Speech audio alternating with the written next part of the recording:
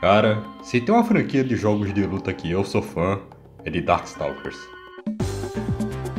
Darkstalkers é um jogo de luta ao melhor estilo Street Fighter. Só que ao invés de você selecionar lutadores de diversos países, aqui você joga com monstros e outras criaturas sobrenaturais ao redor do mundo.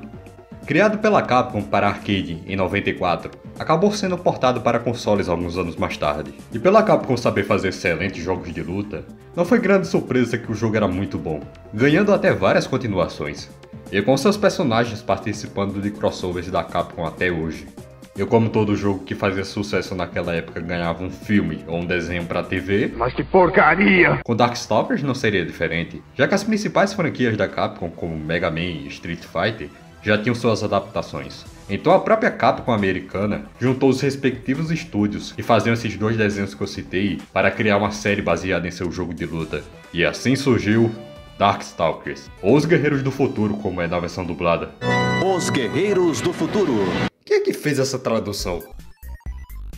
Ei, cara. Quem é, porra? Eu tava vendo o nome pra isso aqui. É um nome complicado em inglês, é Darkstalkers. Mas eu queria saber se você tinha alguma sugestão pra um nome em português.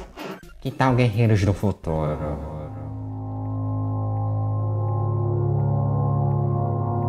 Porra, cara, esse é o melhor que você conseguiu. Confia em mim, vai ser um sucesso. Se bem que até que faz sentido. Olha só como isso tá futurista. Computadores, naves, eles até têm uma mini estrela da morte falante. Esses primitivos vão rachar essa nave. O senhor tem que detê-los. Mas eu tô indo rápido demais. Vamos começar do início e ver o quão falho esse desenho é.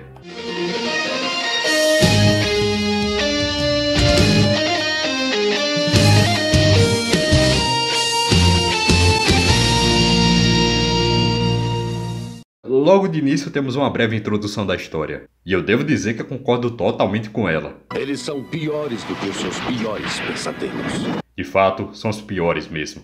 A história começa numa nave espacial, porque afinal de contas tem tudo a ver com monstros antigos que descem a porrada uns nos outros, né? Quem está no comando da nave é Pyro, com seu show de gírias. Monstruoso, chocante. Ele retorna à Terra depois de milhares de anos para dominá-la, e também procura por subordinados para ajudá-lo nisso. E aqui temos o primeiro erro, pois Pyro, no jogo, é um conquistador de mundos, praticamente um Galactus da Capcom. Ele pode destruir mundos apenas com seu poder, sem nave, sem mini estrela da morte e sem porra nenhuma. Ele simplesmente chega lá e bota a moral na marra. Mas aqui ele tem que formar um esquema de pirâmide para dominar a Terra, e de alguma forma isso também vai ajudá-lo a dominar a galáxia. O equilíbrio correto exige que os humanos sirvam as velhas raças, e as velhas raças devem me servir. Então nem mesmo a galáxia será capaz de deter meus negros poderes. O mais estranho aqui é que ele não quer a destruição total dos humanos. O senhor vai destruir essas ridículas criaturas? Não, eu não posso. Apesar das ações dele parecerem bem destrutivas. A resposta se encontra nas raças antigas. Eu os acordarei e eles restabelecerão o equilíbrio. E eu começarei com Dimitri. Isso aí, Dimitri, o vampiro do jogo. Vamos ver como ele ficou. O que fizeram com ele? Tenho que dar ênfase nisso, mas praticamente todos os personagens estão bugados. Em especial para Dimitri, que fica mudando de design de um episódio para o outro. Parece até que cada episódio era feito por uma equipe diferente. Mas que ideia estúpida! Pyro abduz Dimitri e o convence a ajudá-lo em seu plano. Para fazer esse plano idiota, ele deve convocar todos os personagens do jogo, ou as raças antigas, como são chamados aqui, que segundo ele eram seus subordinados há milhares de anos atrás. Engraçado que ele chama o Lord Raptor, que é de 1970. Ele deve ser muito ruim de conta, ou os roteiristas disso estavam bêbados. Pior que eu nem duvido da segunda opção, porque na cena seguinte, onde ele vai abduzir a Morrigan, ela começa um diálogo com ela mesma que não faz o menor sentido. Quem é você? O que está fazendo comigo? E por que me importa em perguntar? Acho que já vou saber. A pior parte é que eles nunca explicaram por que caralhos a Morrigan estava debaixo do mar.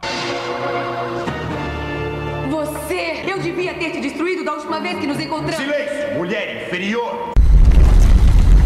A Morrigan e o Dimitri começam a brigar na nave, numa das várias lutas toscas dessa animação.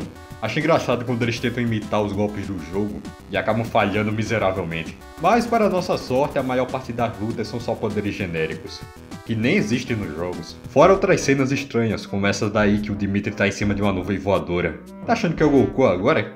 Depois de resolver a treta com os dois, Pyro parte em busca de mais subordinados. E agora é a vez do John Talbot. Isso aí, meu personagem favorito do jogo. E aqui ele é transformado no Scooby-Doo bípede, que sai correndo só de ver o Dimitri. Valeu mesmo, hein? Depois dele é a vez do Anakaris, a múmia gigante do jogo. É um personagem que eu também gosto muito. Ele foge daquele clichê de múmia magra e lenta. Ele é um personagem brucutu, estilo Zangief. Ataca os inimigos usando sarcófago e mumifica eles. Não tem como eles terem estragado ele aqui. Anakaris, o faraó supremo acordou! Saúdem um pudim imperial! Pior que isso nem é dublagem zoada. Ele realmente fala essas coisas sem sentido. Tragam aqui molho e sapos dançantes. Acho que ele ficou tempo demais naquela pirâmide. Eles continuam abduzindo os outros personagens. Alguns se recusam a ir e fogem, enquanto outros aceitam de boa. Mas um destaque aqui para a Felícia, que vai ser tipo a co-protagonista dessa história. Enquanto ela foge, a Felícia começa a falar sobre um feiticeiro que ela procura. Eu devo encontrar um feiticeiro. Felícia consegue despistar Pyro, se transformando em gato, assim como no jogo, e logo depois é encontrado por um garoto que a leva pra casa. Mas há um outro, um humano, um feiticeiro poderoso. Felícia estava perto de sua casa quando ela... Quando você a perdeu? Quando ela desapareceu. Nossa, essa tensão tá me matando. Quem será esse feiticeiro? Spoiler, é o moleque que salvou a Felícia. E o nome dele é... Harry. Ok, isso aí já é coincidência demais. Harry, você é um bruxo. Eu sou o quê? O Harry acaba acordando no dia seguinte e descobre que a gata que ele acabou salvando virou uma hentai girl. Pena que era só um desenho para crianças e eles não puderam apelar muito na época, como na versão japonesa. Até porque, meu amigo... Eu sou uma mulher gato, provavelmente a última da minha espécie. Eu não tenho escolha. Tenho que confiar em você.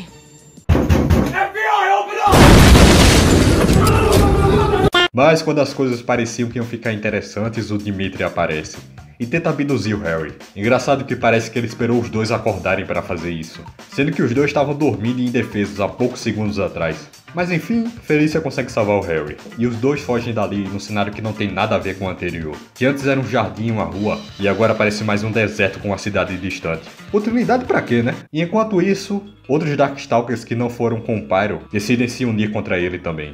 E agora deve vir uma série cheia de ação de uma luta contra grupos, certo? Errado. E agora que começa o show de horrores. Literalmente. Agora que você viu como ferraram a base e a história dos personagens de Darkstalkers, vamos ver como eles desenvolvem essa guerra. No episódio seguinte, Morrigan aparece atacando o humano, quando surge outro personagem do jogo, Donovan Bane. Ele é um caçador de criaturas sobrenaturais, que tem stands. E é aqui que a equipe de animação mostra sua completa incompetência. Nessa cena, Bane usa uma das stands para atacar Morrigan. Mas notou algo estranho na cena seguinte? Não acontece nada! Eles esqueceram de animar o poder, a magia ou qualquer tipo de ataque do Bane. Então você vê Bane disparando o ataque e Morrigan desviando de nada. E eles ainda cometem erros que eu não faço ideia de como deixar isso passar. Fora outros erros de continuidade que me fazem pensar que eles realmente não faziam ideia do que estavam fazendo. No episódio 2, o Bane ataca Morrigan. E no início do 6º episódio, Dimitri e Morrigan estão se perguntando se tem alguém eliminando os Darkstalkers. E aí Dimitri manda essa. Impossível! Somos fortes demais para que os humanos nos destruam. Como não consegue eliminar se eles lutaram contra um caçador há poucos episódios atrás? E falando em caçador, eu devo falar do que eu acho que foi a pior mudança de personagem que fizeram aqui. Foi a Hisenko. Ou Lei Lei se você estiver jogando a versão de arcade. No jogo ela é um Jiangxin, que é um tipo de vampiro chinês. Mas aqui no desenho transformaram ela num simples fantasma. Eu até consigo imaginar como foi isso. Provavelmente eles viram que ela era azul no jogo e fazia armas aparecerem do nada e simplesmente deduziram que ela era um fantasma. Não só um fantasma, mas um fantasma caçador, como diz no título do episódio, e tem a missão de caçar outros Darkstalkers para se vingar. Sem dúvida, o pior episódio é o episódio 3. E por quê? Porque tem Anakaris nele. Moscas de areia estão embaralhando meu cérebro. Acho incrível como conseguiram pegar um personagem tão legal no jogo e transformaram num completo idiota. A história desse episódio é que Dimitri e Morrigan querem roubar uma pedra mágica que Anakaris possuía quando era vivo. E eu não faço ideia do porquê eles querem roubar, sendo que eles estão no mesmo time. E aí começa o flashback do passado de Anakaris. E descobrimos que ele era um baita de um corno, conseguindo perder a esposa até mesmo por uma raça de homens-peixes. Minha amada caótica fugiu com um homem-peixe! E além de ter a esposa roubada, também teve a pedra roubada. E então eles descobrem que a pedra foi levada pelos ancestrais de Rico. Aquele cristal era obviamente o que o Pyron estava se referindo. E já que os atlantianos não jogam nada fora, o Cristão está lá esperando por nós. E então eles sequestram Rico e o obrigam a ativar o poder da pedra. Desse jeito. Não, eu não editei esse trecho. Ele realmente faz isso. Com o poder da pedra, Anakaris consegue localizar Felicia e Harry, que tinham invadido a pirâmide. Anakaris acaba confundindo Felicia com sua antiga esposa e aí... Eu sempre soube que você voltaria para o seu escaravelho aconchegante. Isso é esquisito. Ele hipnotizou a Felicia. E acho que nem precisava, pois ela parecia estar curtindo. Isso é muito esquisito. Harry tenta fazer Felicia recobrar a consciência. E consegue sem muita dificuldade. Eles fogem enquanto Rico ativa a autodestruição da pedra. E tudo explode? Não. Apenas um efeito de luz tosco. A pirâmide continua intacta. E assim termina o episódio. Os caras deviam estar num tipo de guerra, como é dito na introdução. Mas a equipe dos heróis é a coisa mais mal organizada que eu já vi. Uma hora eles estão de boa, outra hora eles estão brigando. Enquanto o plano de dominação do Pyro e dos Darkstalkers tinha tudo para ser uma história épica, na prática temos algumas pequenas batalhas isoladas e uma trama episódica. Sempre terminando com os vilões fugindo, tudo isso para ter mais uma batalha isolada no próximo episódio. E para nossa sorte o desenho só teve uma temporada. E acabou sendo cancelado por baixa audiência. Isso não me surpreende nem um pouco. E quer saber como essa história termina? Não! No último episódio aparece o irmão do Pyro. E eu nem preciso mencionar que esse personagem só existe para esse desenho. No decorrer da história, ele acaba se voltando contra todo mundo. Inclusive o irmão. Então todos se unem numa trégua temporária para derrotá-lo. E no fim, quando eles conseguem derrotá-lo, o Anakaris cai em cima do Pyro e termina o episódio. Era pra ser só uma piada, mas como é o último episódio, eu prefiro acreditar que o Anakaris matou o Pyro, dando fim a essa história. Finalmente ele fez algo inteligente. E esse foi Darkstalkers, ou Os Guerreiros do Futuro. E eu não tenho palavras para dizer o quão ruim ele é. Pra começar, que a parte de animação é uma das coisas mais preguiçosas e mal feitas que eu já vi. Ok, não é pra tanto. Mas eu acho que a pior parte é a história. Não faz o menor sentido com o jogo. Se você realmente quer uma boa adaptação animada de Darkstalkers, sugiro você ver o OVA, que foi lançado 2 anos depois dessa aberração. É só procurar por Night Warriors, Darkstalker Revenge. São apenas 4 episódios, mas são 4 excelentes episódios. Ali sim você tem uma boa animação bem trabalhada, como também tem boas lutas e personagens fiéis ao jogo. E principalmente, bem melhor que essa desgraça. Agora em questão de bizarrice, espero que da próxima vez que eu voltar pra TV, Darkstalkers não seja superado.